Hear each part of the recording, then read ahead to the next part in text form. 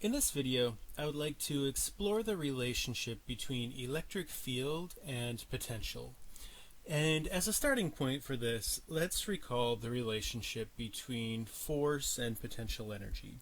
So in particular, the relationship between work and force is that the work is equal to the integral of the force dotted into some displacement. Okay, so if the displacement is along a straight line, then it's just the force dot displacement. If it is some more complicated path, then we just break it into small pieces and add up all of the parts. Okay, well, the work is also related to the potential energy. So work is equal to negative the change in potential energy. Now you might be saying, wait a minute, why negative? And if that's something that seems odd to you, then this is just a detail about how we define potential energy.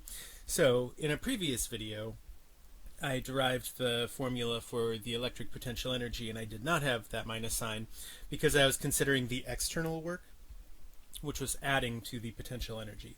But here, this is the work that is done by the internal force, and that is essentially the way that we define potential energy, and it needs a negative sign in it.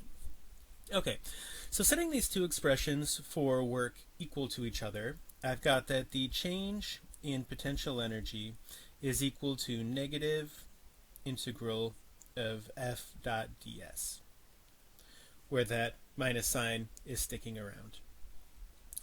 Okay, and recall that we have a relationship between force and electric field and between potential energy and potential.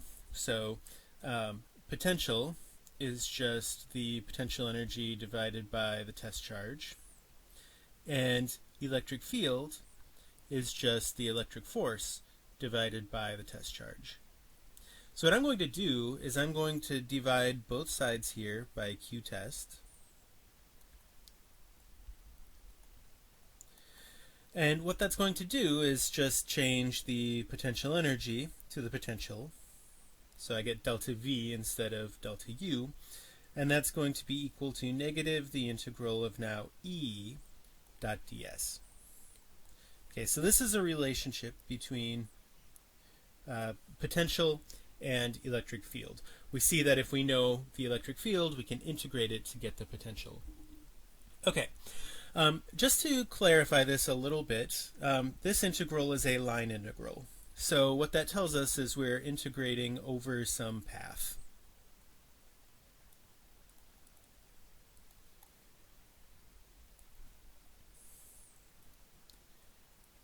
In the case of calculating work from force, that path that we were integrating over was the path that the particle followed. But in the case of calculating a potential difference from an electric field, we can make up any path because we are dividing out any effect that the test charge would have. So we imagine moving a test charge along some arbitrary path, but we don't need to actually do that, so we can pick any path we want. Okay, so if we know the electric field, we can in principle calculate the potential. What about the other way? What if we know the potential? Can we calculate the electric field from it?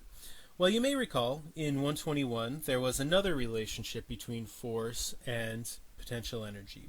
In particular, we could take a component of the force, let's say the x component, and that was equal to negative du by dx. So if we know the potential energy as a function of position, we can take the derivative to get the force. In fact, the relationship is actually slightly different than that. So if you've taken Calc 4 or Calc 5, then you may have learned about partial derivatives, and the correct formula for this actually is that the force is equal to the negative partial derivative of u with respect to x, I hat, minus the partial of u with respect to y, j hat, minus the partial of u with respect to z, k hat. Okay, if you don't know what that means, don't worry about it. Think of it just as a normal derivative, but later on there is a subtle distinction between those. Okay, well, we could do the same trick that we did above. So by dividing out a test charge, we get that the electric field in the x direction is going to be negative dv by dx. And again, the correct relationship is actually in terms of partial derivatives. So E is negative partial of V with respect to x, I hat, minus partial of V with respect to y, j hat, minus partial with respect to z, k hat. Okay, but if you don't know what partial derivatives are, again, just think of them as normal derivatives. Okay, so let's do a couple of quick examples here so we can see how to use these two relationships between the potential and electric field. If we know the potential, we can take the derivative. If we know the electric field, we can take the integral. Okay, so let's say that we know that the potential as a function of position is given by 4 volts per meter times x plus 3 volts, where x is given in meters. That's just the position. Okay, so if we know that, then we can find the x component of the electric field. So Ex is going to be negative dv by dx. So when we take the derivative, we're going to get 4 volts per meter, negative, because of the negative in the definition. And then the 3 volts goes to 0, because that's just a constant. Ey, well, if I take the derivative with respect to y, everything is a constant. So Ey equals 0, and Ez also equals 0, because there are no z's anywhere.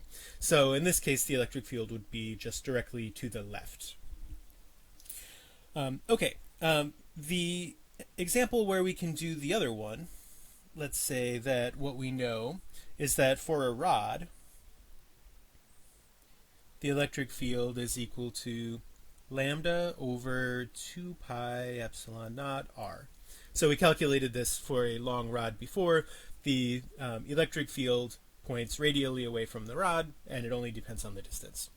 Okay, so let's say we wanted to find the potential difference between two distances from the rod. Okay, so we just use the formula. Delta V equals negative integral of E dot ds. And if we integrate the electric field between two different radii, then I'm going to get negative integral of lambda over 2 pi epsilon naught r dr from the starting radius to the ending radius. All right, so that's a simple enough integral to do. 1 over r is just going to turn into log r. So what we're left with at the end is negative lambda over 2 pi epsilon naught. Those were all constants. And then natural log of r2 over r1.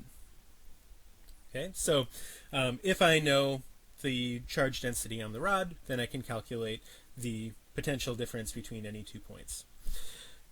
One small detail here is I express this in terms of a ratio rather than keeping it as, for instance, natural log of r2 minus natural log of r1.